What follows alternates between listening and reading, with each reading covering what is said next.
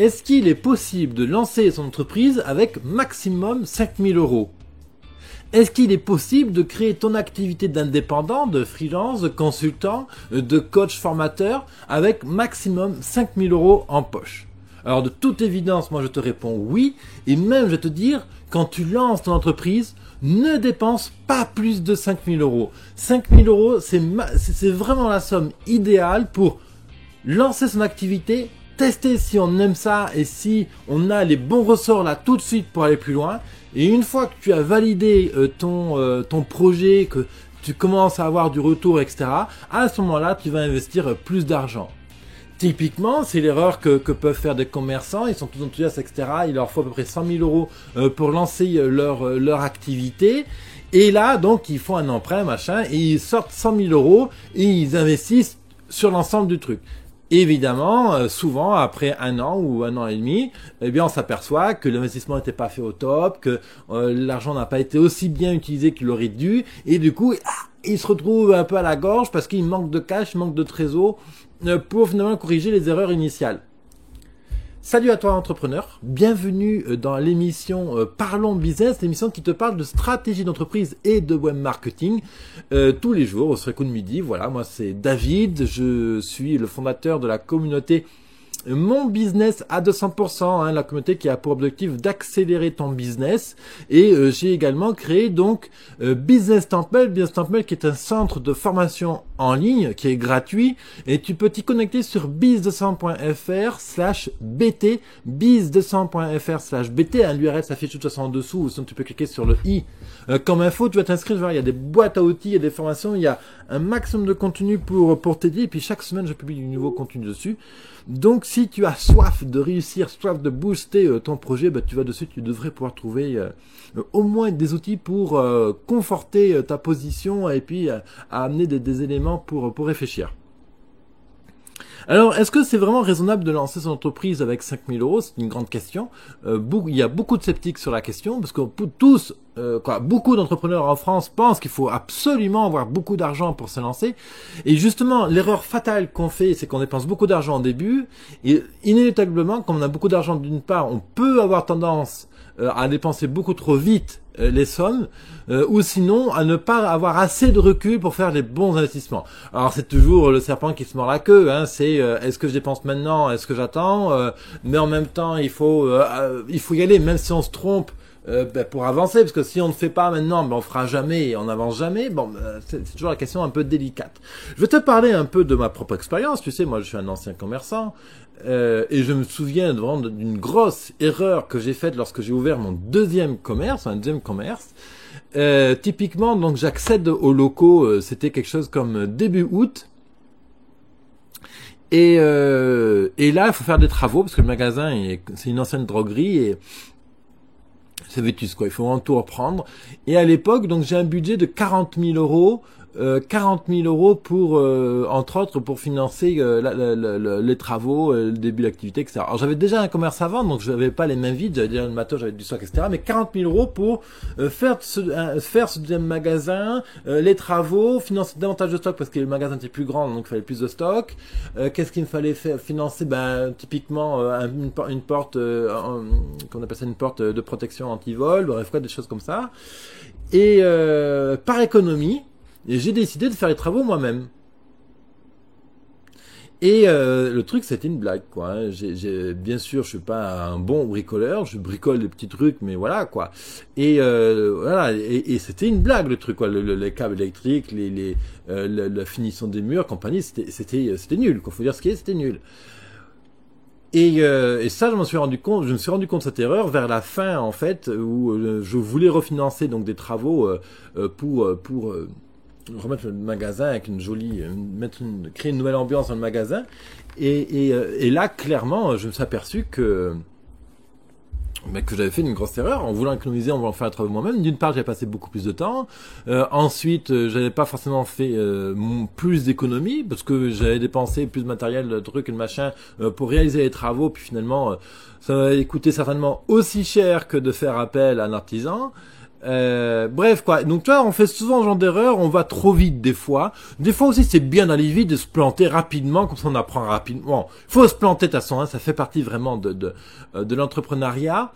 Mais justement, quand on a beaucoup d'argent, alors beaucoup c'est très subjectif, hein. Moi à l'époque j'avais peut-être quelque chose comme 21 ou 22 ans hein, quand j'ouvre ce deuxième magasin.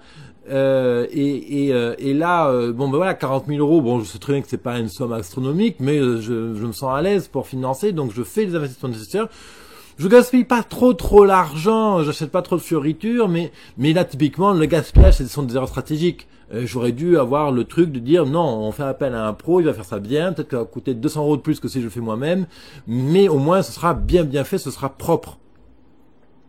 C'est pour ça qu'aujourd'hui, quand les entrepreneurs viennent me voir et qu'ils me disent, ben voilà, moi j'ai ce projet de restauration, je veux lancer mon activité de coach, je veux ouvrir dernièrement, ben voilà, une personne qui est sophrologue qui ouvre son cabinet, je leur dis tous, ne dépensez pas plus de 5 000 euros pour vous lancer. C'est clairement une somme idéale. Je veux dire, entre 5 000 euros, si je la découpe, vous allez utiliser une portion pour la communication initiale, une portion pour vous former, et le reste pour le petit équipement de départ. Il vous faut un ordi, un petit micro, une caméra si vous faites de la vidéo, une perche, voilà. Les petits équipements qu'il vous faut au début. Il sera tout autant plus tard de repayer une agence de communication pour faire un vrai site bien construit avec 10, 20, 30 pages pour vraiment présenter ton offre en entier. Mais au début, t'as pas besoin d'un site aussi complexe. 3, 4 pages pour présenter ton activité et puis inciter au contact, faire une belle vidéo, ça va. Je veux dire, t'as pas besoin de plus. Et aussi, il y a autre chose, c'est que souvent on pense qu'il faut acheter une matos. Alors que la plupart du temps, d'une part, tu peux acheter que d'occasion, et deuxièmement, tu peux aussi te le faire prêter. Typiquement, un micro, un trépied de caméra, etc. C'est un bon trépied pour une caméra, ça vaut vite 50, 100 euros. Mis bout à bout, forcément, ça fait vite des petites sommes. Beaucoup de gens ont des trépieds, dans tes amis entrepreneurs, collègues et tout, il y en a forcément qui ont du matos comme ça qui peuvent te prêter. Donc, c'est une bonne astuce au début. Pour te booster et puis pour limiter tes investissements. En plus, le fait d'aller demander du matos aux amis et collègues, ça a un autre avantage, c'est qu'ils présentent ton produit, tu en parles. Donc ça a plein de répercussions positives. Bien, je vais te raconter une petite histoire. C'est l'histoire de Timothée dont je t'ai parlé, je crois, samedi. Oui, samedi, j'en ai parlé. Timothée, un dépanneur informaticien qui travaille pour les coachs, consultant indépendant, et son job, c'est de dépanner les Mac, les PC, compagnie. Il intervient au domicile ou sur le travail de la personne, il répare le PC, il a un forfait unique. L'idée, c'est un de mes clients, hein, c'est pour ça que je t'en parle. Et donc, avec Timothée, on a simplifié son offre. On a travaillé à fond son pitch, comment il se présente, travailler les désirs, les peurs de ses clients, etc. Parce que le premier point que tu dois travailler, c'est pas savoir combien tu dois dépenser, mais c'est seulement comment tu présentes ton activité, comment on donne envie tout de suite là pour dégager le premier client. Et donc derrière ça, donc on a travaillé son pitch, comment il se présente, etc. Ensuite, on a tourné une vidéo de 2 minutes. Une vidéo de teasing, une vidéo d'incitation à l'appeler pour te faire dépanner et réparer ton ordi. Et troisième étape, on a construit une landing page, une page d'atterrissage où il y a sa vidéo, des appels à l'action, il se présente un peu plus, on met quelques avantages de l'offre. Quatrième étape, on va chercher du trafic là où il est sur Internet. Plutôt que de dépenser des budgets astronomiques en Google AdWords et quand on ne sait pas les cibler, parce que Timothée il n'est pas expert en AdWords, donc typiquement s'il cherche à faire de l'AdWords, il va y brûler énormément de budget pour avoir peu de résultats, alors qu'il y a d'autres systèmes sur Internet pour avoir du trafic quasi gratuit. C'est que du temps qu'il faut y mettre pour aller chercher le trafic, et ça suffit amplement en fait. L'idée, c'est que plutôt que de focuser, de se concentrer, punaise, il me faut 200 000 euros, 100 000 euros, 10 000 euros pour lancer mon activité, c'est de dire, bon, quelle action tout de suite je peux faire pour entrer mon premier client? Parce que qui dit premier client dit entrée de cash. L'entrepreneuriat commence par un bon produit. L'entrepreneuriat commence par vendre tout de suite. L'idée, c'est d'office, tu cherches à développer ton réseau de clients potentiels, tu vends ton offre et le plus tôt possible, tu cherches à te faire payer. Tu es coach, même si t'as pas de cabinet, etc. Trouve une solution indépendante. Tu vends une formation, admettons 800 € la journée. Tu vends une presta de coaching à ton client. Tu vends ta presta, admettons 450 €. Même si t'as pas de locaux, c'est toujours possible de louer une salle à la demi-journée, même à l'heure, dans un espace coworking, une salle propre, qui fait pro, accueillante, qui va mettre ton client à l'aise, qui va te montrer une image très professionnelle. Je veux dire, là, c'est un espace de coworking, et la salle, je crois, c'est 50 € la demi-journée. Donc si tu vends ta presta 400 € admettons hors taxe ou TTC même, à ton client pour le former à une technique, pour lui apprendre, pour le coacher, peu importe, ben, je veux dire, tu comptes tes 50 € de frais pour la salle, et c'est nickel, le truc, c'est nickel. Donc, tu vois, t'as pas besoin tout de suite de louer un gros bureau qui va coûter cher, parce qu'en plus, il va falloir l'équiper, certainement, acheter un fauteuil, un belle table, un bel ordi qui va avec, sinon, c'est le truc, ça ressemble à une blague. Hein, si tu accueilles ton client dans un bureau vide avec juste deux chaises, pardon, et une bouteille d'eau, ça fait vraiment bizarre. Donc louer une salle de formation comme ça, il y en a plein en plus dans toutes les villes, il y en a.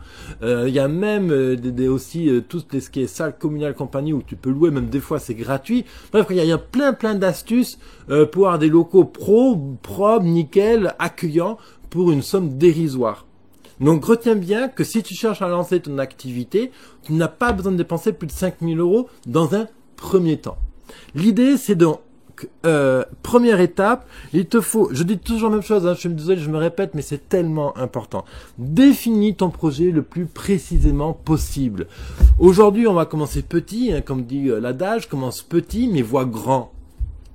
C'est-à-dire qu'aujourd'hui, tu vas commencer par une petite étape qui va coûter peu, qui va demander un minimum d'investissement en temps, en argent, mais tu vises à plus de 2 ans, à plus 3 ans, d'avoir un cabinet, d'avoir 5 salariés, faire 500 000 € de chiffre d'affaires, par exemple, c'est ça ton objectif. Ton objectif, ça peut être travailler mi-temps, dégager suffisamment de revenus pour passer l'autre mi-temps avec ta famille et partir en vacances parce que tu aimes voyager, admettons, en Europe. Voilà.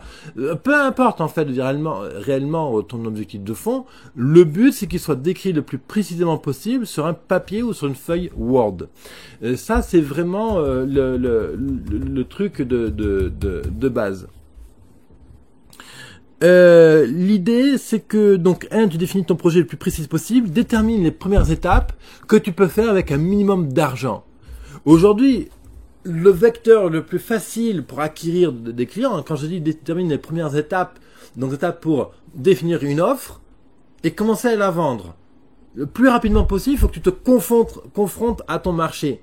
C'est vrai que c'est difficile parce qu'il y a toujours des appréhensions, des peurs qui sont liées à punaise, qu'est-ce que vont penser mes clients, je me sens pas prêt, mes clients vont penser que je suis pas capable de faire ça parce que je me sens pas prêt, je vais bégayer, je sais pas qu'est-ce que je vais leur dire, mon produit, voilà. Et même si tu vends un produit physique, hein, justement, même si ton job c'est de créer une nouvelle bouteille d'eau, vraiment belle compagnie qui, je sais pas moi, qui révolutionne la vie des sportifs, je dis une connerie, hein, comme le type qui a inventé le capuchon qui ne dévisse pas mais juste qui se déclipe, hein, pour les cyclistes par exemple. Même si tu n'as pas la capacité aujourd'hui de fabriquer ton produit pour le montrer, fais un schéma, un croquis, fais une vidéo de démonstration, un PowerPoint de démonstration, bref, montre le produit, rends-le visuel, rends-le palpable si c'est un produit physique que tu ne peux pas encore financer. Montre-le, rends-le palpable, rends-le perceptible, et de là, les gens vont te suivre. Et si tu as des gens qui te suivent, mais tu pourras le financer. Parce que si, admettons, tu fais une petite vidéo qui présente la super bouteille que tu vas créer, qui innove l'usage, la manière de boire de l'eau. J'ai une connerie, mais peu importe, hein, tu comprends l'idée, hein, tu innoves dans ton secteur, ou même sans être une idée révolutionnaire, tu crées quelque chose qui est vraiment intéressant. Tu crées une vidéo, tu expliques ça, tu montes, tu fais un PowerPoint, un dessin. Je veux dire, aujourd'hui, avec les tablettes, c'est facile de dessiner, de montrer, d'expliquer quelque chose à ton client ou à tes clients potentiels. Et derrière ça, en faisant ta landing page, tu captures les emails de tes gens, de tes clients professionnels qui se sentent intéressés, qui peuvent une action d'achat, une intention d'achat. Tu peux demander un acompte, c'est tout à fait légal. Et tu informes, ben voilà, livraison prévue en décembre. Et ça y est, c'est parti. Si tu envoies 10 000 personnes de trafic dessus, donc là ça peut valoir la peine de faire un peu d'AdWords, mais si tu veux envoyer 10 000 personnes dessus, disons que tu es bon en trafic, bah, ça fait 1000 euros. 1000 euros, même 500 euros, si ta cible est hyper ciblée, je veux dire, ça peut aller très très vite. Si tu payes 500 euros de Google AdWords ou de pub Facebook et que tu cibles super bien, bon, fais-toi guider pour ça, typiquement. On envoie 5000 personnes de trafic sur ta landing page, et admettons qu'il y en a 3000 qui s'inscrivent, ce qui fait un taux de conversion de 30%, ben derrière ça, ça veut dire que tu as 3000 emails. Tu as 3000 clients potentiels. 3000 clients potentiels qui ont manifesté leur intention d'achat, qui ont dit oui, ton produit m'intéresse, c'est cool ce que tu racontes là, j'adore ta gueule, j'adore ton produit. Maintenant, va plus loin, allez, vas-y, livre-moi le truc. Ça te paraît complètement irréaliste, je suis à peu près sûr que tu te dis un peu farfelu le truc. Néanmoins, il y a beaucoup d'entreprises aujourd'hui qui se financent comme ça. Et c'est le principe de crowdfunding, justement. Le crowdfunding, typiquement, regarde ce crowdfunding, il y a des gens qui ont l'intention d'ouvrir des brasseries, hein, donc de fabriquer des nouvelles bières. Ils n'ont pas encore les moyens de financer leur brasserie, les outils, équipements qu'il leur faut. Ils se font financer leur atelier de production de bière grâce à ça. Le produit n'existe pas, hein, c'est comme en anglais, on dit fake it until you make it. Donc fais du faux tant que tu peux pas faire le vrai. Et c'est tout à fait légal, c'est apprécié, les gens comprennent, etc. Bien sûr, t'en parles à ta grand-mère ou à des gens complètement pessimistes et bornés à leur petite vie, petite voiture, boulot, métro, dodo. Bon, de toute façon, ok, c'est pas à eux qu'il faut parler de ce genre de choses. Eux, ils sont pas dans ce concept-là. Mais parlant avec des entrepreneurs, ils vont te dire la même chose que moi. Va voir The Family à Paris, va voir P Factory à Marseille ou encore PCE Conseil donc à Aix-en-Provence, je veux dire, ou des espaces coworking pour en parler. Tu verras, tous te diront oui, teste avant de créer. Et c'est exactement le principe de la formation que j'ai créée il y a quelques jours, la formation justement où je t'expliquais, te lancer, booster tes ventes, lancer ton activité, augmenter ton chiffre d'affaires, tu avais déjà une entreprise, avec LinkedIn, une vidéo, une page d'accueil sur ton site spécifiquement créé, et on va chercher du trafic justement avec les réseaux sociaux et on convertit. C'est exactement ce que j'ai fait donc avec Timothée. Donc Timothée, hein, ce dépanneur informatique, tu peux aller voir son site, c'est teamconnect.fr, et c'est exactement ce que j'ai fait avec lui. Et donc, on va booster son activité avec cette stratégie-là. Donc tu fais la même chose, et ça ne coûte pas plus de 5000 euros. L'ensemble, cette stratégie, te faire guider, avoir un petit site prêt, faire la fausse vidéo si ton produit est matériel, développer tes premiers réseaux, tes premiers contacts et engager les premières ventes.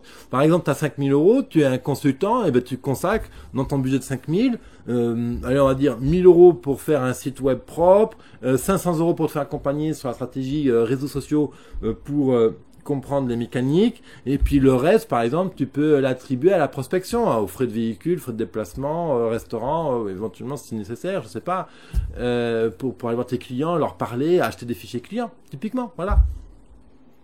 Alors acheter un fichier client, peut-être pas, mais payer une petite pub sur LinkedIn ou acheter un fichier à travers LinkedIn.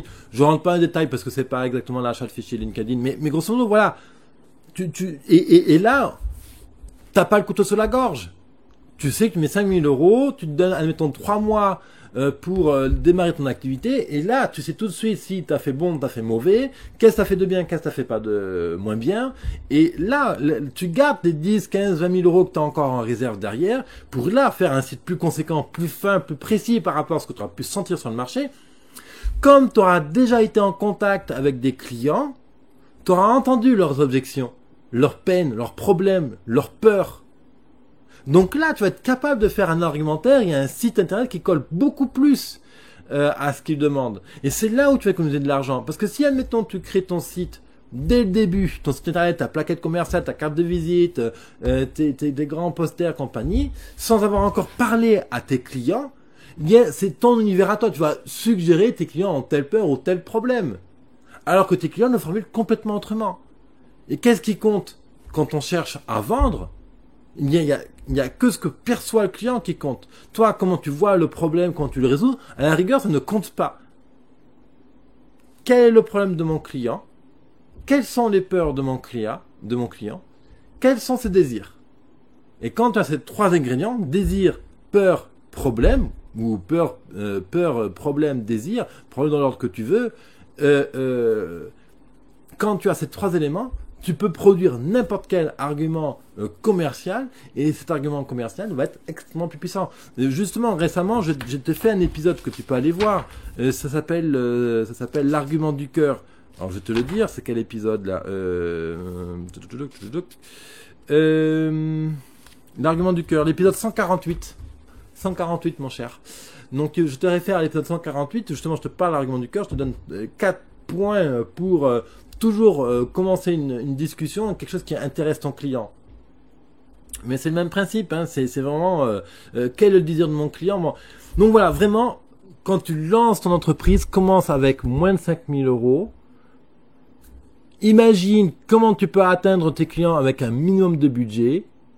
Imagine le plus petit site que tu puisses faire pour communiquer. Imagine comment tu peux faire tout de suite pour développer des clients potentiels et leur vendre tout de suite ton offre pour rentrer du cash. Et normalement, si tu te débrouilles bien, tu vas pouvoir rentrer du cash très rapidement. Ce qui fait qu'encore ton stock de trésor derrière, ben, tu ne touches pas encore. Et donc, c'est très très intéressant parce que tu prends le temps de prendre les bonnes décisions et surtout d'acquérir de l'expérience. Et donc, pour illustrer mon propos, pour comprendre qu'est-ce que j'ai fait avec Timothée, par exemple, donc qui est cet expert informatique qui dépanne les auto-entrepreneurs, les entrepreneurs, freelance, etc., je te renvoie tout de suite en fait à la vidéo où j'explique comment aller chercher des clients sur les réseaux sociaux. Donc, comment aller chercher du trafic, comment booster ses ventes avec les réseaux sociaux. Tu cliques sur le lien ici ou sur le i comme info, ça va directement te renvoyer sur cette vidéo qui t'explique comment faire cette tâche, comment travailler et vendre grâce aux réseaux sociaux. C'est du tonnerre, c'est vraiment une stratégie extraordinaire que j'applique moi-même. Aujourd'hui, c'est à peu près 20% de mes revenus. De toute façon, aujourd'hui, je vis 100% grâce à mon blog, mais les réseaux sociaux amènent à peu près 20% de mon business. Et quel que soit ton secteur industriel, vraiment, sans je dis sérieusement, c'est une opportunité absolument incroyable. Moi, je te retrouve demain. Demain, on parlera encore entrepreneuriat, comment se lancer sereinement à très vite entrepreneur. Très bonne journée à toi.